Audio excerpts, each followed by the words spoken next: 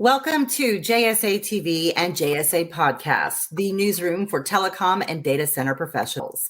I'm Laura Noland, and on behalf of JSA, thank you for tuning in to our JSA Virtual Roundtable, positioning our industry for the next phase of digital transformation, the crossroads between hybrid IT cloud and edge. We do have a couple of housekeeping items before we begin.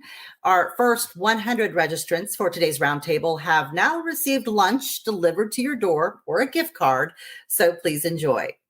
We do have well over 200 registrations for today's roundtable, so if you weren't one of our first, hopefully next time. So make sure you register early for our monthly roundtables at jsa.net. We do want to hear from you and make this roundtable experience as interactive as possible for you, so feel free to add any questions that you have right into our chat. Also, stick around once our roundtable is over today so you can join our virtual networking tables immediately following for a unique opportunity to talk face-to-face with other event attendees and speakers. Simply join in the table in the lounge area and let the networking begin. All right, so let's get started. To introduce our speakers and to moderate the discussion, please welcome Rosemary Cochran, Principal Analyst and Co-Founder at Vertical Systems Group.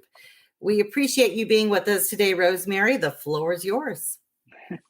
Thanks very much, Laura, and thanks to JSA for putting together this fantastic roundtable of speakers.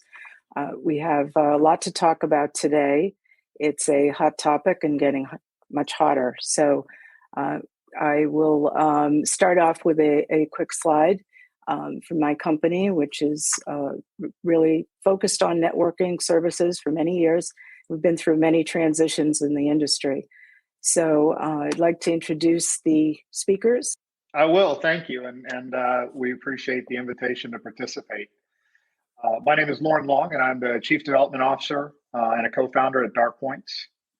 We are focused on the edge and all parts of it, enabling infrastructure and connectivity and interconnectivity for all the customers who are trying to reach the markets and get closer to where they want to deliver services. Excellent. And next, Lawrence Lee. Yes, thank you for this time. So I'm Lawrence Lee. People call me LL just to make it easier. So I head up the global partnership and alliances here at Zenlayer. So Zenlayer is a leading edge cloud service provider, very much focused in the emerging markets. Currently we have over 200 data centers deployed all throughout. That's all interconnected through our global fabric, our network.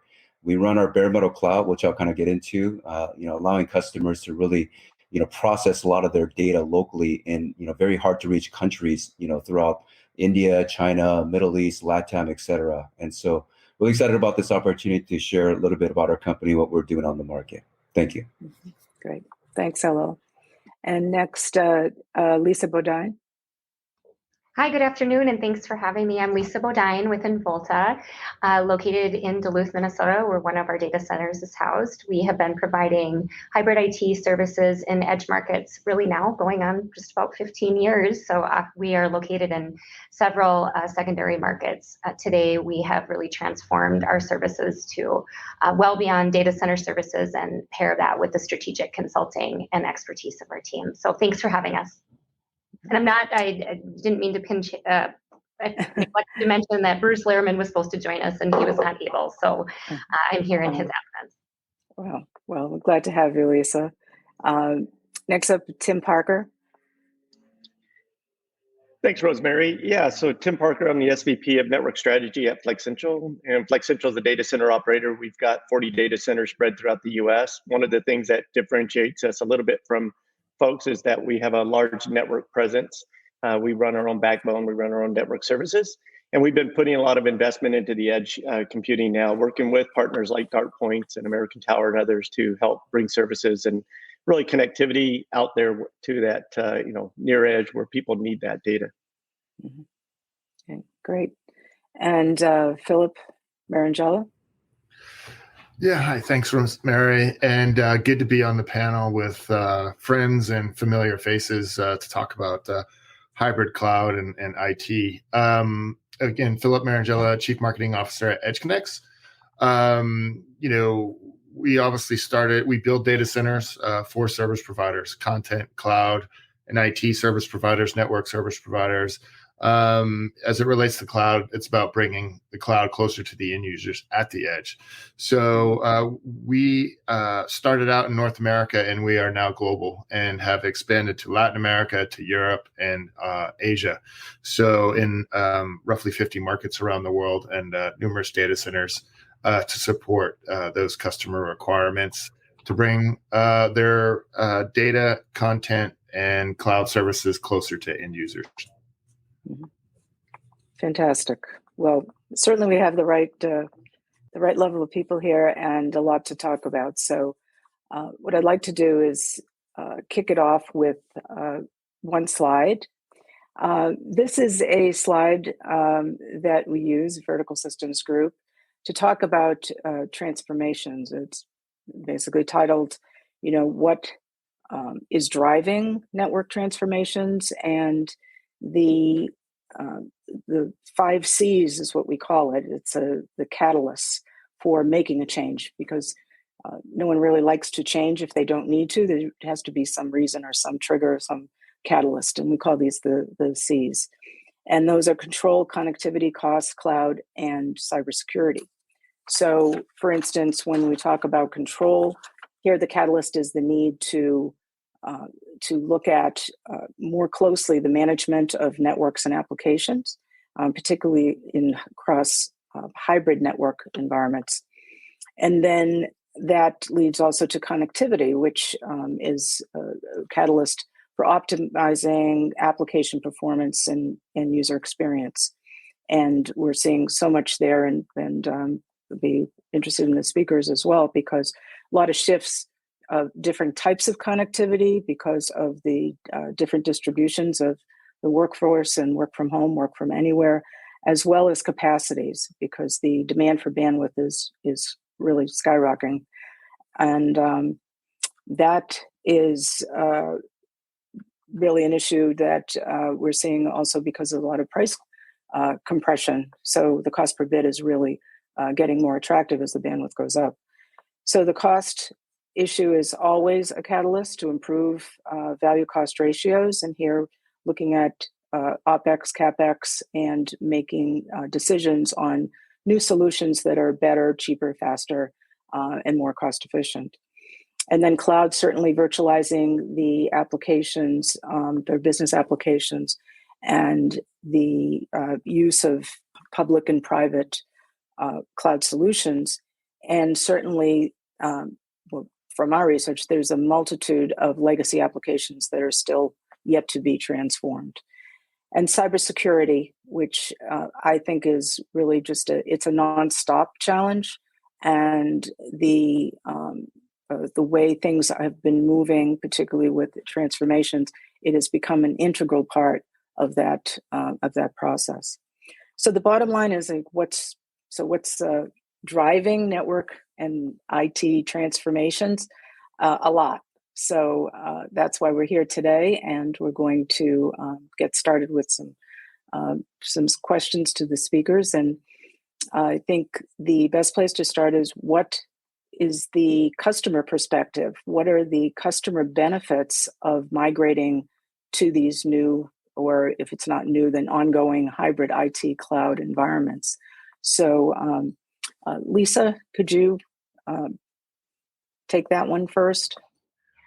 Sure. I think about, from a customer standpoint, just backing up in terms of understanding where their vision is. We often partner alongside our clients on business, making sure that we're aligned with their business objectives. And so understanding how your business objectives are, from a technology standpoint, delivered in a streamlined solution. What I think in any business, it's about understanding where to put your data or what options you have, and leveraging the best option for the strengths of, whether it's some of the strengths of the public cloud or strengths of the private cloud, really understanding how you can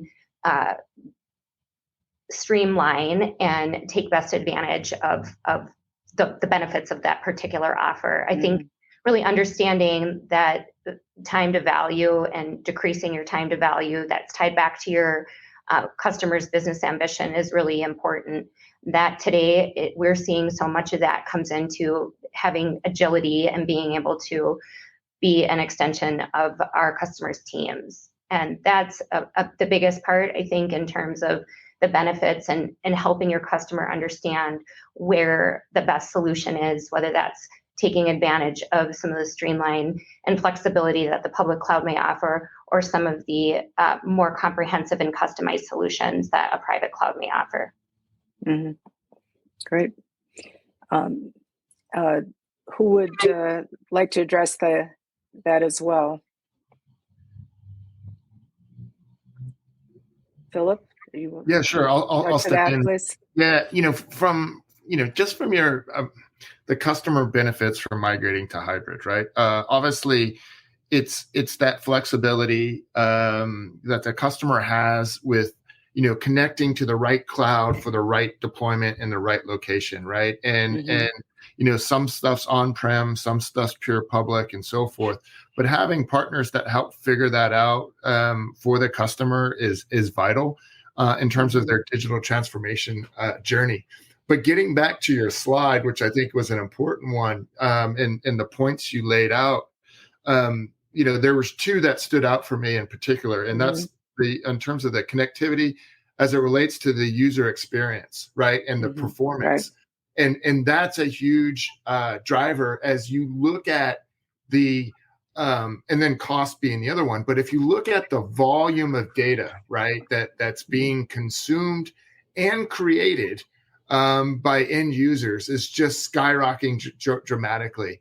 And then you look at the variety of applications, particularly now because of COVID, and we're all at home, right? We're working from home, our kids are studying from home where they were, your Peloton, your TV, streaming, gaming, all this kind of variety is just putting a burden on the network infrastructure, right? And then, getting back to the user experience, that velocity, you don't want any of those workloads and applications to be impeded.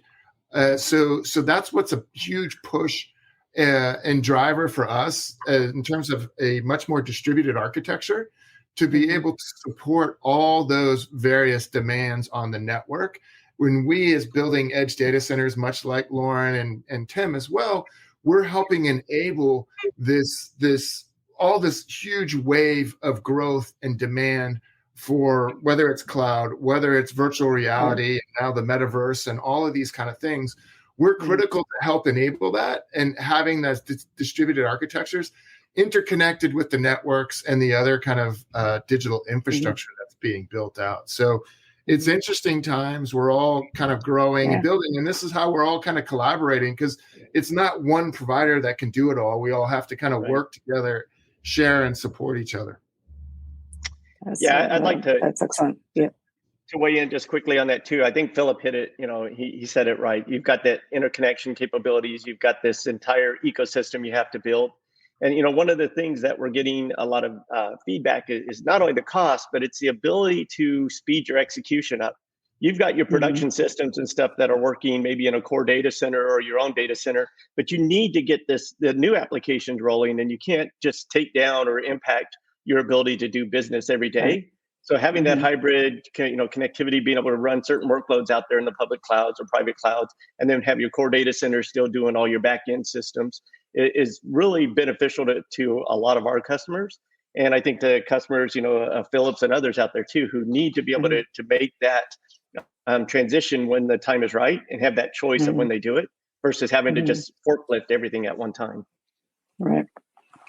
And you see, it's an interesting point, because the control aspects of being able to have some visibility into those applications is really important as well. And many companies don't have the ability to get those kinds of metrics or analytics to make those decisions about what the next, cloud should be for that. Yeah, so that's absolutely right. Yeah. Yeah.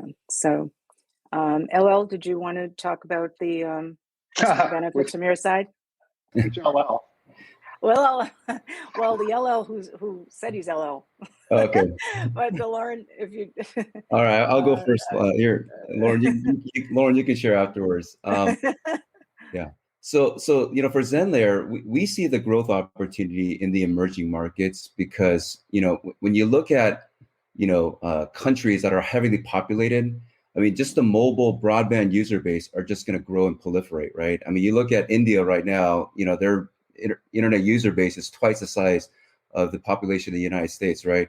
And there's just a massive amount of data, just like Phil was sharing, as far as how IoT, autonomous cars, social media apps, they're all being consumed at these edge markets, right? So whether it's like in India, whether it's in China, whether it's in LATAM countries like Brazil, Colombia, Argentina, or even in the Middle East, like Africa, as they're growing as well, the edge services need to be sourced locally, nearest possible to that data to really enhance that digital user experience.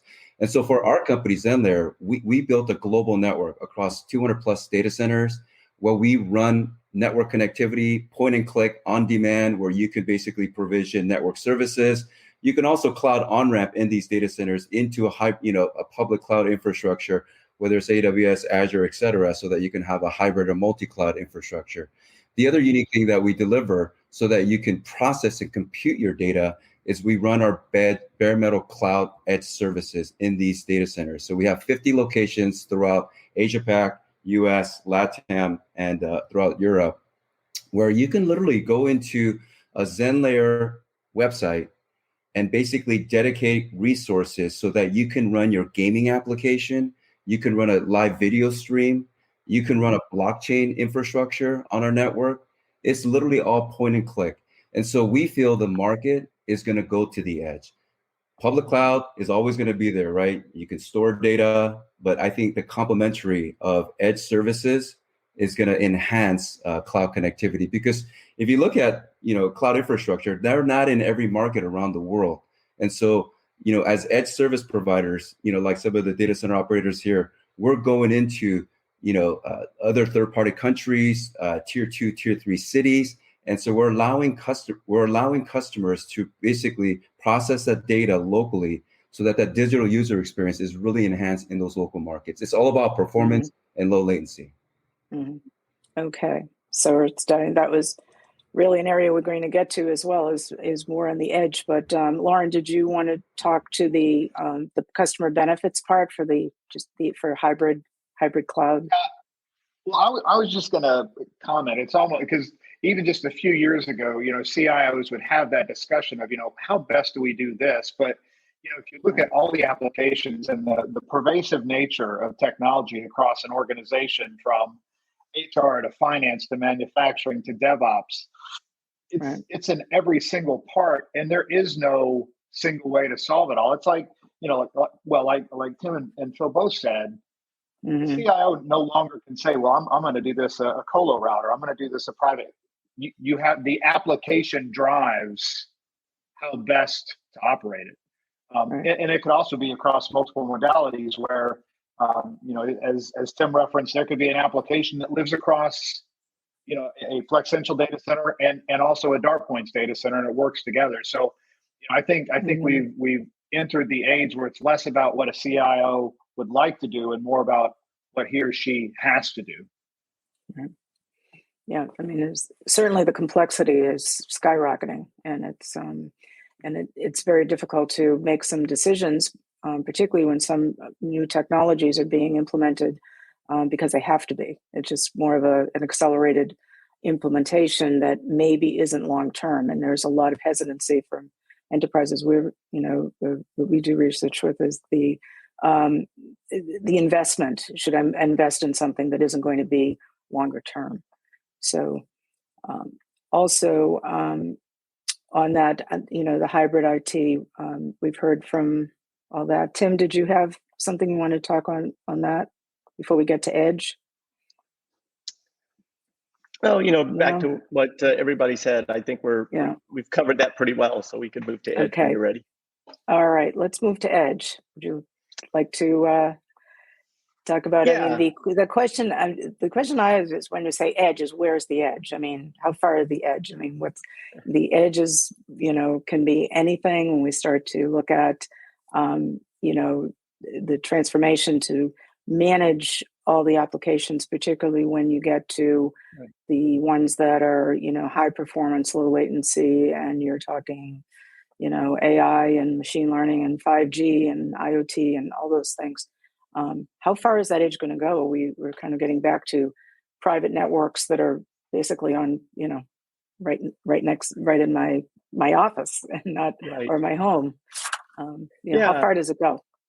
It's really how you want to define it. I think it's, you've got your core data centers, you've got your near edge data centers, as I like to call them, which is what, Philip and Flex Central, we focus on those being out in those tier 2 cities. And then you've got your local edge data centers, which are the dark points, the, EDCs that are out there at the edge of these, tier 2 markets and in these tier 3 markets. And it's all about proximity. And the edge can even be defined as a compute that's sitting in a manufacturing warehouse, helping run IoT or AI devices.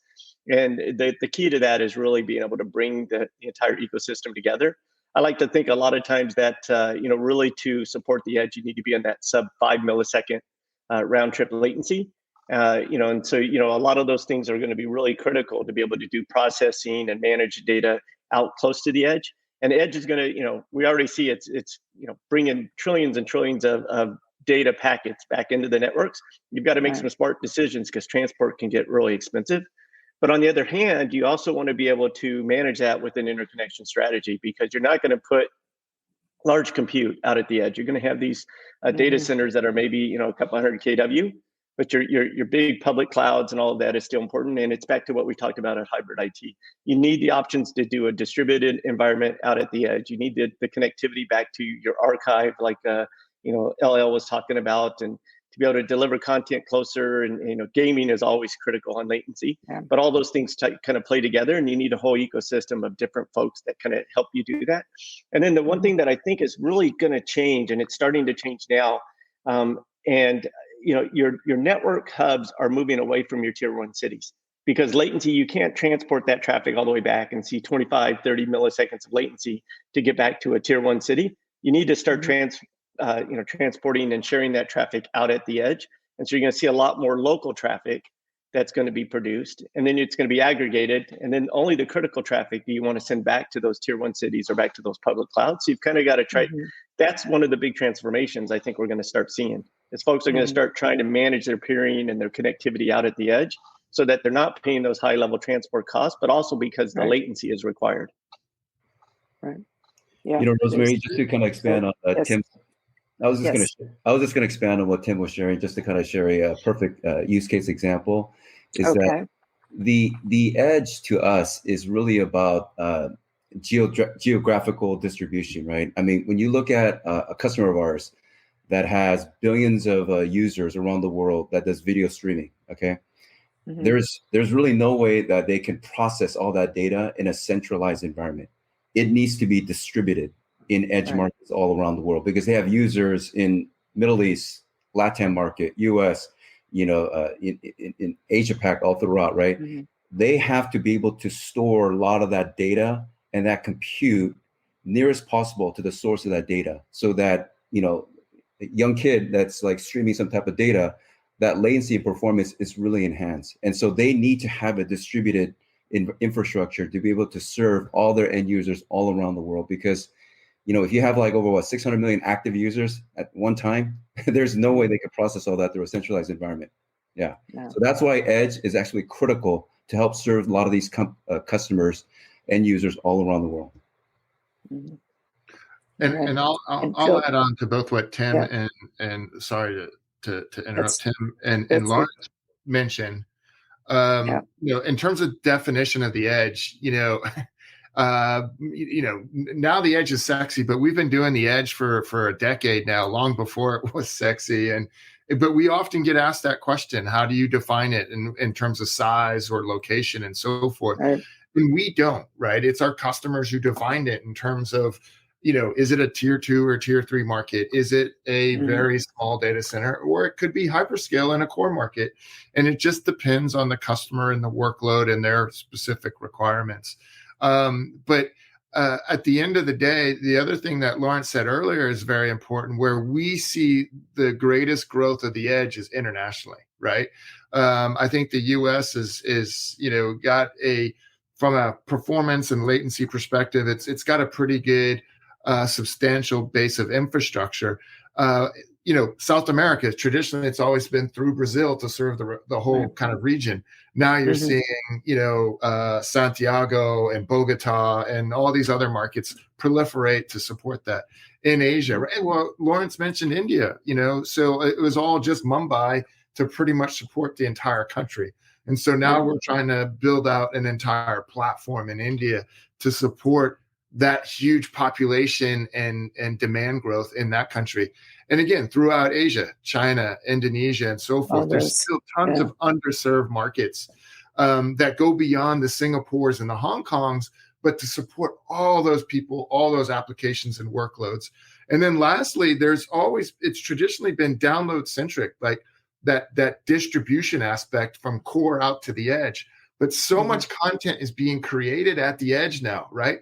All our TikToks and these real life gamings, the autonomous vehicles and so forth. This is like a multi-directional. And so that's where you can't take it all the way back to the core. And a lot of the compute and the has to be done at the edge. And that's what, like Tim was saying, that edge peering is vital to be able to smartly route that traffic, whether to keep it local, back to the core, other local markets and so forth. And that's what we're really seeing develop. Mm-hmm. Well, Lauren, would you want to talk about that one too? Yeah, I was just going to. Well, and actually, Philip stole my thunder, but but no, what I agree with what he said. It's because it's been distribution focused. Into what Lauren said, pushing content out has been the key to getting it closer.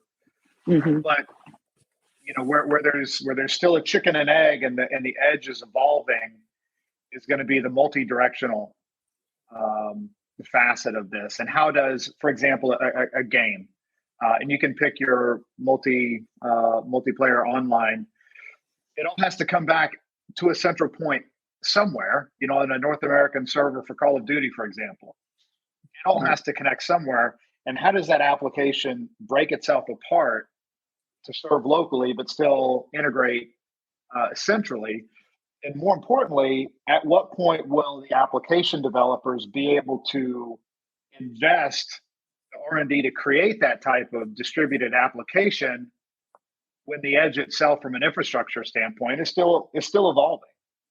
So that chicken and egg, and still seeing the market develop from that standpoint is interesting.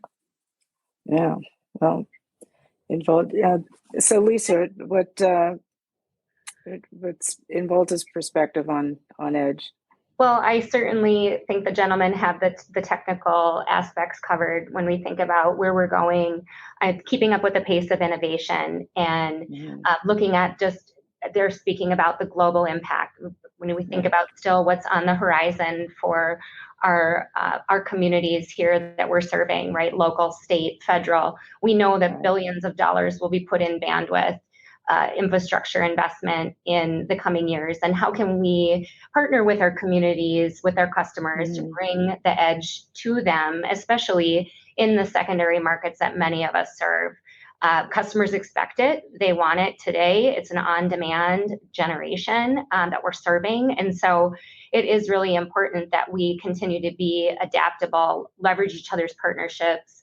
There's more work out here to be done than any of us could do on our own. And so just knowing that there's plenty on the horizon, and that innovation is driving all of this growth in the industry. Even faster and further. What's interestingly, a lot of the applications we're talking about are, what I would consider consumer oriented, and if someone gets dropped on a streaming session or in the middle of a game, I guess I know that makes a lot of people really angry, but it doesn't bother me. So the question is, what about other types of applications? I mean, for it's such a wide range of applications, everything from, as we said, from streaming to enterprises to public utilities, everything in between. How do you size what you're doing, and how do you pick the right spots to to build the edges and to try to control the performance aspects that your customers are expecting? Want to talk to that? Philip, you want to talk to that?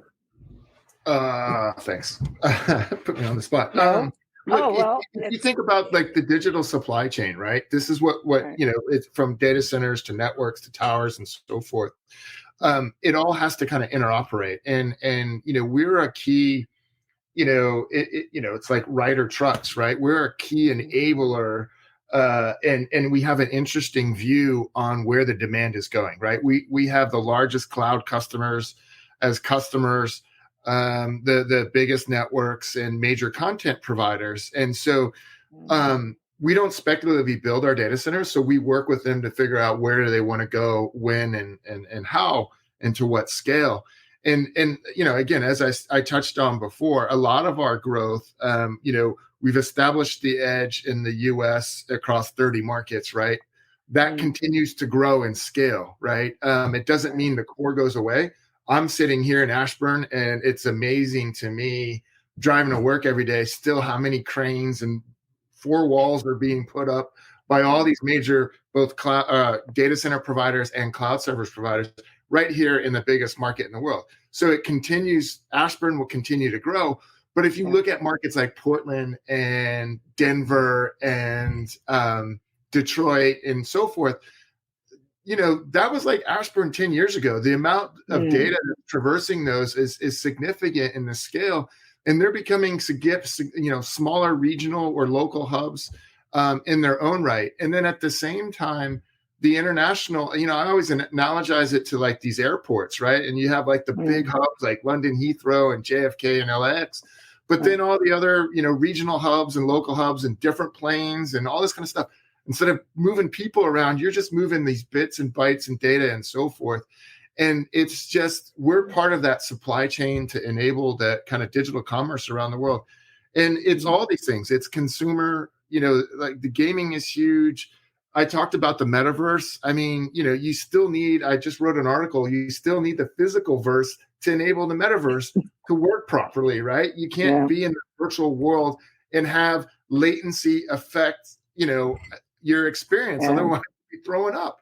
So we're all building out at Mach 2 as fast as we can to enable all this stuff. And it's exciting times really to be in this industry and to see what's going on in the different technologies that consumer and business oriented, and how they're also kind of overlapping and playing off of each other as well. Right. Right. Well, that's, I mean, it is, tremendous growth, and it's not really, there's not an end in sight, because more and more of the applications we use require some kind of processing or some kind of interaction. So, which brings us to, what types of network connectivity are going to be required? I mean, there's it's really connectivity is essential. I mean, unless you have the connectivity, nothing is going to work, and we know that. So I'm interested in looking at what do you think is essential in terms of the type of connectivity, the bandwidth requirements, and how you're managing that, and the interconnectivity, and working with service providers to to make those implementations so that the edges can be successful. Tim, you want to start with that? Yeah. So I think there's 2 aspects of it that is going to make it really successful and is critical. One, you've got to have a good core interconnection that actually gives you access to the public clouds, to the peering exchanges, to the services, and back to the core. Those are going to be, part of that ecosystem. And then that's going to help you distribute your workloads. And when you're pushing applications or pushing security or any of those things, it's critical to have that network. But I think we're starting to see a shift where people want that network to behave just like they can consume public clouds. They want the dynamic connections. They want the ability to turn up and turn down speeds and feeds based on the workloads and even time of day or event. That's one of the big things that I see a lot is people want to be able to spin up 100 gig waves during an event and then spin them back down and not pay for those long-term commits. So we're starting to see a shift in how people consume networking, and even at the edge, you're going to see that consume that rate of consumption change, and it's not going to be people wanting to move out there and do these 12 or 2-year type of commits in general. They may do a small commit, but they need that large bandwidth for those event-driven issues or for times when they need to move workloads around. I also think the other thing that I talked about earlier is that local connectivity. So putting an edge data center out there and not having access to the local ISPs and local providers isn't going to do much good if you have to backhaul all of that traffic. You're just killing your latency proposal at that point. So you really want to make sure that you have that ecosystem out there and then access to all those backend services. All right. Yeah, I think. So Lauren, go ahead. Yeah, go ahead. Go ahead, Lauren. Yeah. I was just, because dark points would, in the paradigm live more, near edge, far edge. And, when we look at it, and I'm kind of going to bring in the last question too, and it's not really, hey, the edge is here and yay, all right, great. We got the edge and the edge is right.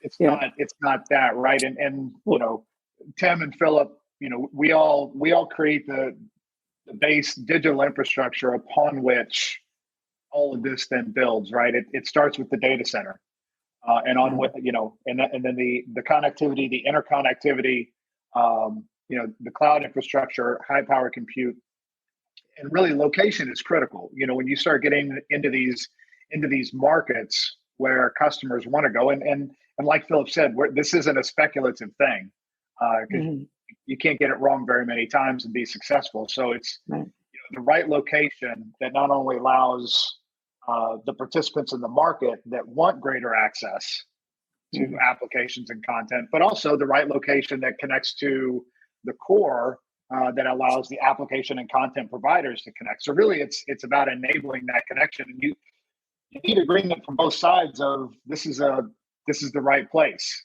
and this is what's going to work. Because if you build in the wrong place, it's it doesn't have a good outcome.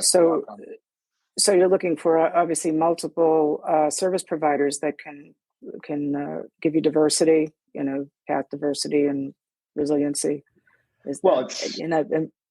And I'm hearing Wave. He was talking about on-demand Wave services. Is that something that's happening? Well, and I was going to say it's a multi-tenant, multi-application environment. It's not just a single tenant. I mean, it could be a single tenant if there was a precision agriculture or healthcare initiative, or a carrier for that matter that needed this site. But what we're trying to create is the ecosystem whereby all of these get together, because that's when the edge truly becomes alive. Is when we can replicate, and add to what exists in an Ashburn, like in a small Ashburn in Wichita, Kansas, that still feeds all the local tier ones and connects to them. I think that's what we see too at Involta, is being that aggregator, that convener, that resource for your community and the region to bring the service providers together, the network providers together, and really rally around the needs of a regional community, so you can not only ultimately bring that value to your customer in time to value or in access to the global economy, but you're also really an intricate part of the community and become a valuable partner, both from a local business perspective and having those conversations with public, private, philanthropic entities as well. Right. So we've got maybe about 5 minutes or so to the end. It's great. We could talk for a lot longer, obviously, about all these issues. In a rapid kind of like a lightning round question on the top challenge for digital transformation, and there are a lot of things, but I'll give you 3, and you can pick one. They're all they're all important, but which ones you see from your customers and what's happening in terms of the the transformations that you're involved in, and that is, from the standpoint of challenges, is it mostly technical, is it organizational, or is it financial that is kind of the obstacle or challenge that you're seeing in the market today? And we'll start with the top at Phil. Yeah, just keep it short. I think it's all of the above, right? And to varying degrees for different companies, right? And so that's where you do need partnerships to kind of, we talked about ecosystems, right? And having MSPs and SI partnerships to help solve the hybrid multi-cloud requirements that customers have, right? And I think that's the best way to go about it. There's no one one trick pony for it all, but you have to kind of collaborate and solve for the collective challenge. Right. But if you have to pick one, which was the Tim, you want to pick one? Well, yeah. So it's not. I agree that everything is included, but what's coming up is kind of something that is more challenging to handle. I would say it's technical. And I think the reason why I say it's technical is because your finances and your organization kind of center around what you pick for your technology and what you pick for your journey, as we like to call it. And like I said, it is a journey, and helping people understand that if you get your foundation and your building blocks correctly, and you can kind of build it that way, you don't need to suddenly move everything over to a public cloud tomorrow. The idea is to figure out what makes sense, which workloads make sense. And then that way you can go back to your board or your CEO and ask for the right finances to do those baby steps, which is a lot easier, a lot more easy to get support for if you can show that, hey, we're going to start here and we're going to take our time, and here's our journey 5 years down the road.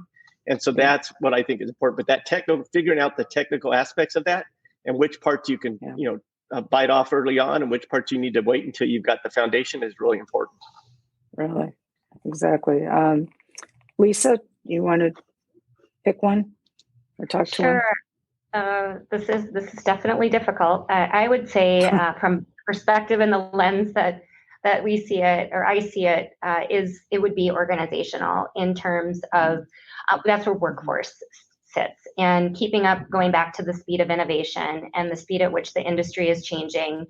We're rapidly having to adjust to new normals in not only our everyday life, but the technology that is driving it, or that is, really enhancing the user experience and the business outcomes. So I think from an organizational standpoint, having the workforce, the right people, the right place, the right time, the right budget is a really important component, and ultimately those need to align with the IT. The CIOs need to be able to be aligned with the business in order to ensure that they have the investment for that workforce as well. Right. That's great. Yes, Lauren. Yeah, so I guess I'll round it out, and I don't disagree with any of the comments made, but I'm going to go with financial. Okay. And it was funny. I can remember being on a panel with Philip a while ago, and another one of the speakers was talking about how they're blowing out to the edge and all this edge, and he and I were like, as the representatives of the people who spend the first capital dollars to build the edge, right? We haven't seen your financial commitment yet. So I think when you look across, it goes back to the comments I made of, for a CTO to develop the money in the R&D to build an application that's going to massively live at the edge, the far edge, well, you need ubiquity. Why do you do it? Ubiquity first requires, data centers to invest the capital to build it. So I think for me, it's about financial. And once those financial commitments are made across the ecosystem, that's going to drive everything. Okay. And so we haven't heard, Lawrence, we haven't heard from you on this. Yeah, I think it's kind of like all the above, but just kind of like a couple key points that I would probably add on top of that is that, we all had to deal with the pandemic world in a way, right? There was supply chain issues. There were, us all working remote. And then you saw this acceleration of online where, you have people doing Zoom calls and things like that, right? And so it was a paradigm shift where we had to adjust our business. And, now we have customers, particularly like a blockchain industry that is absolutely blown up right now.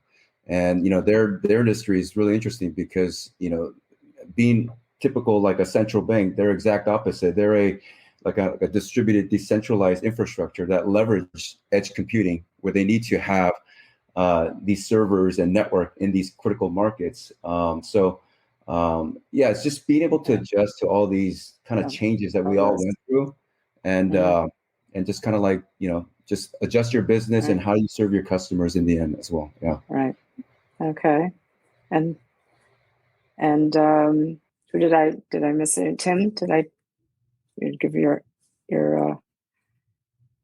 You did ask. I did talk. So okay. So that's Rosemary, good. I would just add, if you look at the chats and the questions, right? They're asking about security, right? They're asking about I know reliability. we didn't get to security yet. Yeah. There was a lot in there. And so there's also a psychological issue of like, hey, doing what I did before and that, getting comfortable with that digital transformation. So there's other variables as well involved. But I think we'll have to leave cybersecurity to another session. So I think we're almost, Laura, we at the end, or we have another few minutes? That is all the time we have. Yes. Great job, Rosemary. And thank you, Rosemary, and all of our wonderful speakers. Great insights on the next phase of digital transformation.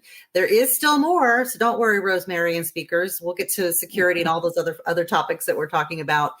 Just a reminder, our speakers are staying on for the remainder of the lunch hour to answer any more of your questions. And thank you for those who did put questions in our chat today. All you have to do is meet them back in the networking lounge and then table hop, and you can talk to as many of our speakers as you would like. And viewers, if you are one of our first 100 registrants, we hope you enjoyed your lunch. Make sure you visit us at jsa.net to register for more upcoming JSA virtual roundtables. Our next one, mark your calendars, is December 9th, 1 p.m. Eastern, when leaders in our industry will talk about the state of the European data center and network infrastructure market. That is a wrap. Look out for today's playback of the roundtable. It's coming soon to JSA TV and JSA podcasts on YouTube, iTunes, iHeart, Spotify, and more. In the meantime, see you back in the networking lounge. Happy networking. All right. Thanks, everybody. Great job.